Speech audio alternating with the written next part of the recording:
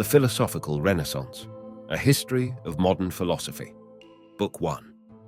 For 1,000 years after the schools of Athens were closed by Justinian, philosophy made no real advance. No essentially new ideas about the constitution of nature, the workings of mind, or the ends of life were put forward. It would be false to say that during this period no progress was made. The civilization of the Roman Empire was extended far beyond its ancient frontiers, and although much ground was lost in Asia and Africa, more than the equivalent was gained in northern Europe. Within Europe, also, the gradual abolition of slavery and the increasing dignity of peaceful labor gave a wider diffusion to culture, combined with a larger sense of human fellowship than any but the best minds of Greece and Rome had felt. Whether the status of women was really raised may be doubted, but the ideas and sentiments of women began to exercise an influence on social intercourse unknown before, and the arts of war and peace were in some ways almost revolutionized. This remarkable phenomenon of movement in everything except ideas has been explained by the influence of Christianity, or rather, of Catholicism. There is truth in the contention, but it is not the whole truth. The Church entered into a heritage that she did not create. She defined and accentuated tendencies that long before her advent had secretly been at work. In the West, that diffusion of civilization, which is her historic boast, had been begun and carried far by the Rome, whence her very name is taken. In the East, the title of Orthodox by which the Greek Church is distinguished betrays the presence of that Greek thought which moulded her dogmas into logical shape. What is more, the very idea of right belief as a vital and saving thing came to Christianity from Platonism, accompanied by the persuasion that wrong belief was immoral and its promulgation a crime to be visited by the penalty of death. Ecclesiastical intolerance has been made responsible for the speculative stagnation of the Middle Ages, and it has been explained as an effect of the belief in the future punishment of heresy by eternal torments. But in truth, the persecuting spirit was responsible for the dogma, not the dogma for persecution. And we must look for the underlying cause of the whole evil in the premature union of metaphysics with religion and morality, first effected by Plato, or rather by the genius of Athens working through Plato. Indeed, on a closer examination, we shall find that the slowing down of speculation had begun long before the advent of Christianity, and coincides with the establishment of its headquarters at Athens, where also the first permanent schools of philosophy were established. These schools were distinctly religious in their character, and none was so set against innovation as that of Epicurus, falsely supposed to have been a home of free thought. In the last Greek system of philosophy, Neoplatonism, theology reigned supreme, and during the 2.5 centuries of its existence, no real advance on the teaching of Plotinus was made.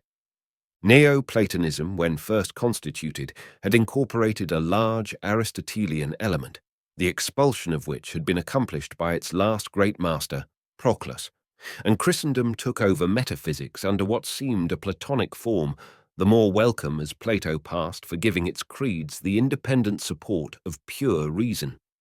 This support extended beyond a future life and went down to the deepest mysteries of revealed faith. For, according to the Platonic doctrine of ideas, it was quite in order that there should be a divine unity existing independently of the three divine persons composing it, that the idea of humanity should be combined with one of these persons, and that the same idea, being both one with and distinct from Adam, should involve all mankind in the guilt of his transgression. Thus the Church started with a strong prejudice in favor of Plato, which continued to operate for many centuries, although the first great schoolman, John Scotus Eriugena, 810–877, incurred a condemnation for heresy by adopting the pantheistic metaphysics of Neoplatonism. As the Platonic doctrine of ideas came to life again in the realism, as it was called, of scholastic philosophy, so the conflicting view of his old opponent Aristotle was revived under the form of conceptualism. According to this theory, the genera and species of the objective world correspond to real and permanent distinctions in the nature of things. But apart from the conceptions by which they are represented in the intellect of God and man, those distinctions have no separate existence. Aristotle's philosophy was first brought into Europe by the Mohammedan conquerors of Spain, which became an important center of learning in the earlier Middle Ages. Not a few Christian scholars went there to study. Latin translations were made from Arabic versions of Aristotle, and in this way his doctrines became more widely known to the lecture rooms of the Catholic world. But their derivation from infidel sources roused a prejudice against them, still further heightened by the circumstance that an Arabian commentator, Averroes, had interpreted the theology of the metaphysics in a pantheistic sense. And on any sincere reading, Aristotle denied the soul's immortality which Plato had upheld. Accordingly, all through the 12th century, Platonism still dominated religious thought, and even so late as the early 13th century, the study of Aristotle was still condemned by the Church. Nevertheless, a great revolution was already in progress. As a result of the capture of Constantinople by the Crusaders in AD 1204, the Greek manuscripts of Aristotle's writings were brought to Paris, and at a subsequent period they were translated into Latin under the direction of St. Thomas Aquinas, the ablest of the schoolmen, who so manipulated the peripatetic philosophy as to convert it from a battering ram into a buttress of Catholic theology, a position still officially assigned to it at the present day. Aristotelianism, however, did not reign without a rival even in the later Middle Ages. Aquinas was a Dominican, and the jealousy of the competing Franciscan order found expression in maintaining a certain tradition of Platonism, represented in different ways by Roger Bacon, 1214 to 1294, and by Duns Scotus, 1265 to 1308. In this connection, we have to note the extraordinary fertility of the British Islands in eminent thinkers during the Middle Ages. Besides the two last mentioned, there is Eriugena, born in Ireland, John of Salisbury, 1115 to 1180, the first humanist, William of Ockham, and Wycliffe, the first reformer, making 6 in all, a larger contribution than any other region of Europe, or indeed all the rest of Europe put together, has made to the stars of scholasticism. This advantage is probably not due to any inherent genius for philosophy in the inhabitants of these islands, but to their relative immunity from war and to the political liberty that cannot but have been favorable to independent thought. 5 out of the 6 were more or less inclined to Platonism, and their idealist or mystical tendencies were sometimes associated with the same practicality that distinguished their master. The 6th, commonly called Ockham, died about 1349, is famous as the champion of nominalism, that is, of the doctrine that genera and species have no real existence either in nature or in mind. There are only individuals more or less resembling one another. He is the author of the famous saying, the sole legacy of scholasticism to common thought: entities ought not to be gratuitously multiplied. Entia non sunt praeter necessitatem multiplicanda. The capture of Constantinople by the Crusaders had led to Aristotle's triumph in the 13th century. 200 years later, the conquering Ottoman advance on the same city was the immediate cause of his overthrow. For the Byzantine scholars who fled for help and refuge to Italy brought with them the manuscripts of Plato and Plotinus, and these soon became known to Western Europe through the Latin translations of Marsilio Ficino. On its literary side, the Platonic revival fell in admirably with the humanism to which the schoolmen had long been intensely distasteful, and the religious movement that preceded Luther's Reformation found a welcome ally in Neoplatonic mysticism. At the same time, the invention of printing, by opening the world of books to non-academic readers, vastly widened the possibilities of independent thought. And the Reformation, by discrediting the scholastic theology in Northern Europe, dealt another blow at the system with which it had been associated by Aquinas. It has been supposed that the discovery of America and the circumnavigation of the globe contributed also to the impending philosophical revolution. But the true theory of the Earth's figure formed the very foundation of Aristotle's cosmology and was as well known to Dante as to ourselves. Made by a fervent Catholic, acting under the patronage of the Catholic Queen par excellence, the discovery of Columbus increased the prestige of Catholicism by opening a new world to its missions and adding to the wealth of its supporters in the Old World. The decisive blow to medieval ideas came from another quarter, from the Copernican astronomy. What the true theory of the Earth's motion meant for philosophy has not always been rightly understood. It seems to be commonly supposed that the heliocentric system excited hostility because it degraded the Earth from her proud position as center of the universe. But the reverse is true. According to Aristotle and his scholastic followers, the center of the universe is the lowest and least honorable, the circumference the highest and most distinguished position in it.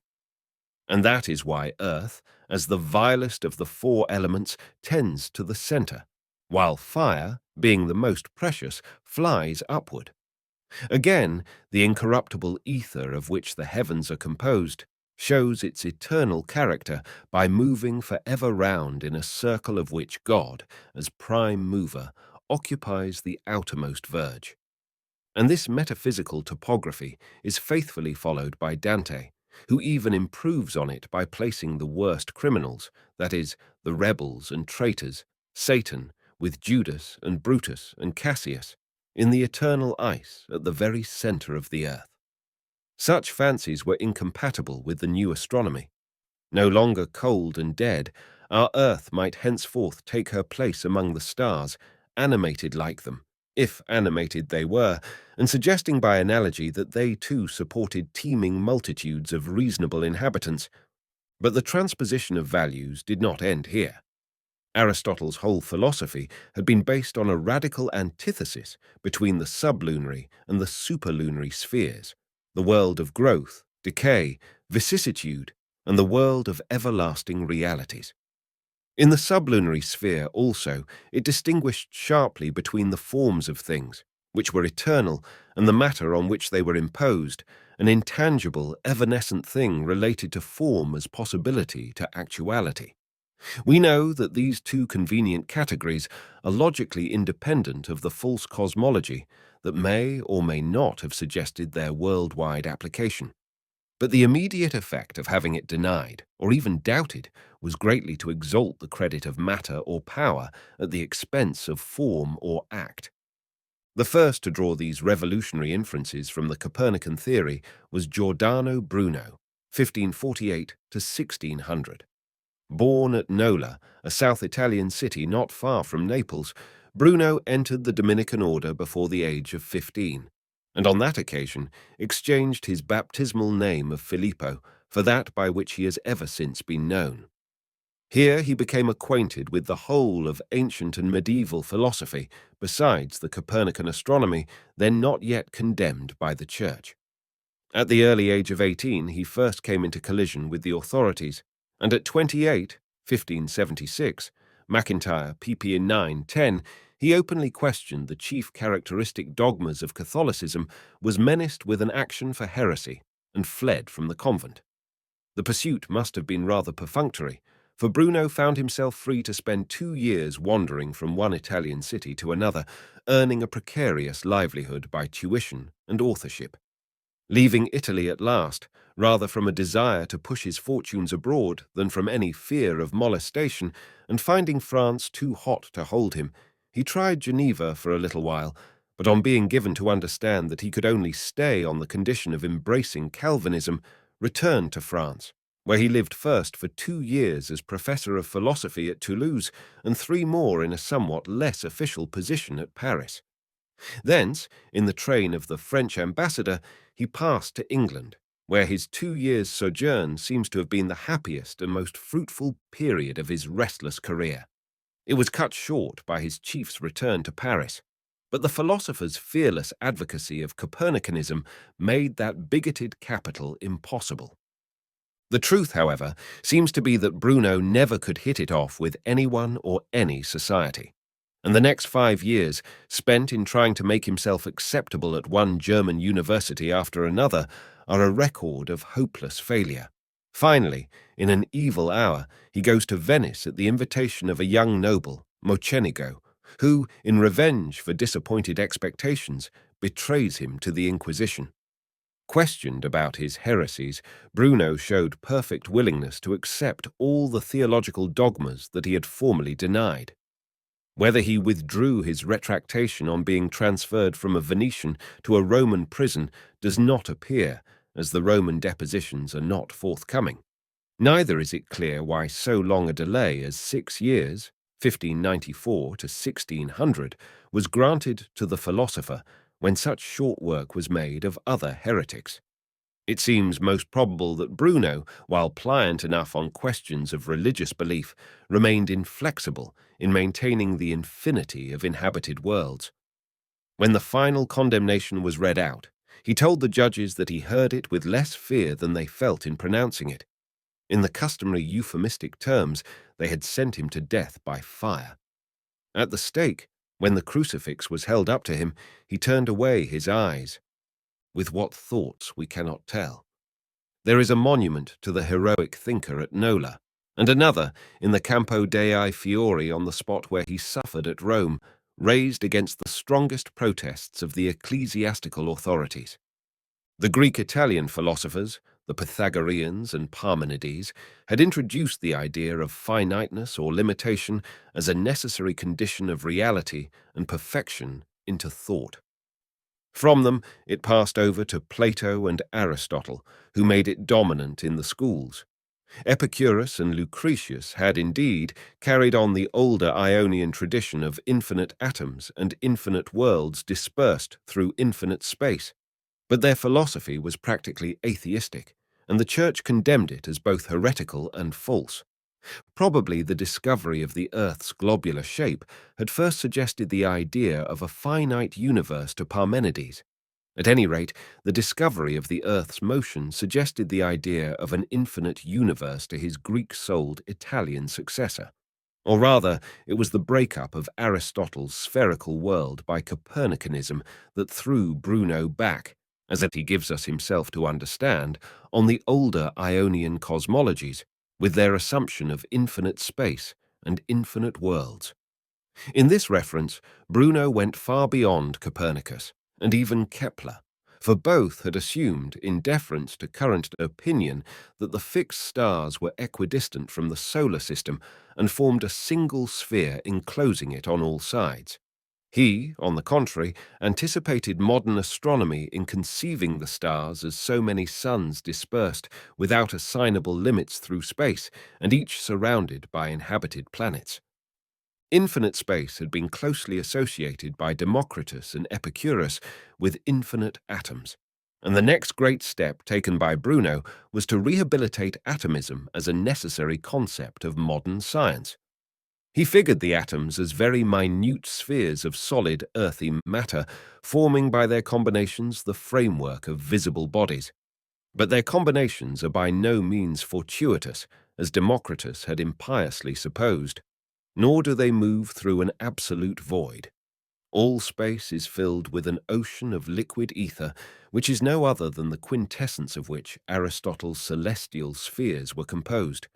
Only in Bruno's system it takes the place of that first matter, which is the extreme antithesis of the disembodied form personified in the prime mover, God. And here we come to that reversal of cosmic values brought about by the reversal of the relations between the earth and sun, which Copernicus had effected. The primordial matter, so far from passively receiving the forms imposed on it from without, has an infinite capacity for evolving forms from its own bosom, and, so far from being unspiritual, is itself the universal spirit, the creative and animating soul of the world. The first matter, form, energy, life, and reason are identified with nature, nature with the universe, and the universe with God. So far all is clear, if not convincing. It is otherwise with the theory of monads. This is only expounded in Bruno's Latin works, for the most part ill-written and hopelessly obscure.